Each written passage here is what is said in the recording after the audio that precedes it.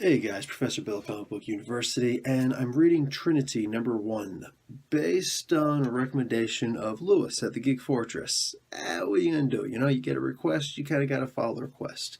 And I guess that when push comes to shove, it's the three most recognizable superheroes in the history of the world. Why would I not be reviewing this? So, a bit belated. Thank you, Lewis. Let's get started. Guys, Trinity #1 starts off with truth. Truth, for crying out loud. If you're a parent, you understand exactly what Lois Lane, who's narrating this, is talking about. Every time that somebody new becomes a parent, someone inevitably is going to give you advice, whether you want it or not. And most of the times you don't. That's me, at least. So Lois Lane, being Lois Lane, always knows the right thing to do, even when she's completely wrong. She thinks she's doing the right thing. But this actually turns out to be a pretty kind of cool thing. She invites over Wonder Woman and Batman to their little farm getaway, and this is to kind of break bread and break the ice, because these guys, as she knows them especially, they all used to be friends. And now this is the original Superman coming into this new world-ish after the convergence, and we've got a new Batman and a new Wonder Woman. Basically, nobody knows each other here. And we've got a new Wonder Woman here who, more and more, they've been trying to make her kind of like a Captain America with the whole man at a time thing. Well, she's the woman at a time. Now, this may seem like copycatting. Honestly, who cares? So what? She really does have a very similar origin, timeline-wise, to Captain America. So just because he'd been doing it first, she kind of has every right to do the exact same thing. So I'm not complaining about this. She decides to bring a recently killed wild boar to the dinner to be cooked right then and there on the spot, as if everybody just knows how to roast a wild boar, right? Obviously, you don't do this today, but she thinks, well, why wouldn't you? It's a great honor. And that boar later on comes back to haunt them just a little bit, because when they come over to visit, you come to find out that Clark doesn't know that they're coming over. And that's actually an interesting point. I just called him Clark. I knew I called him Clark. Of course I was going to call him Clark, but I couldn't call the New 52 Superman Clark. That was Superman. Just that's the Superman who is currently in the comics. There was no familiarity there. He was not the Superman I grew up with. And yeah, this is my Superman again. This is Clark. But duh, she doesn't even tell her own son, John, that guests are coming over. So he's surprised when they come over, and he goes to take a look and see what's going on. And he, instead of looking through a peephole, I guess he's too short and didn't want to, fly a little or get a stoop, he uses X-ray vision, and he looks through and he sees Batman there, but they're in regular civvies, civilian clothes, but Batman with a symbol under his thing, and Wonder Woman with the bracelets, and she's all tightened up in a fist.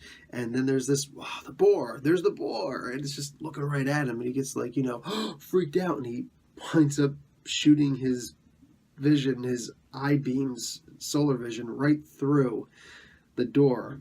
And Wonder Woman's able to deflect hers, but Batman, however, takes it full on in the chest, goes flying back. Oh, humor at the expense of Bruce Wayne. I loved it. So Clark, of course, didn't know what was going on. He's like, hey, what's going on? Did you really bring a wild boar to my stoop? Batman's clothes are shredded, so he's stuck putting on a flannel shirt. So that's also cool. And Batman's Batman. They're all kind of talking, and, oh yeah, this was a long time coming. Yeah, this should happen, blah, blah, blah. And Bruce Wayne says, yeah, Diana made me come. So just Batman, baby.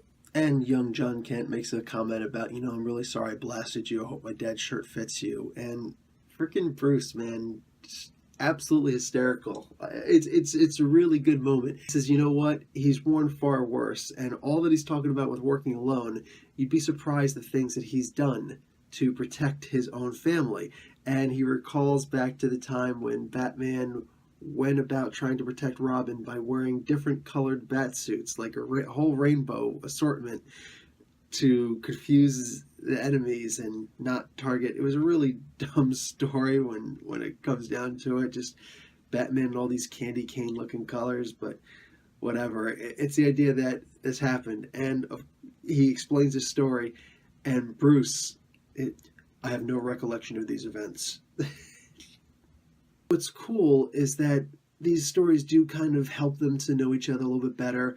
Lois and Diana decide to go outside and have a little girl talk. And it's very cool because they bring up the idea that this Wonder Woman was actually, having a thing with Superman, while Lois was technically there, but there's a different Lois, different Superman, and, all that good stuff. So she has to point out, I have no feelings. Understand that for this Superman. This is a completely different person as far as I'm concerned. And thank you.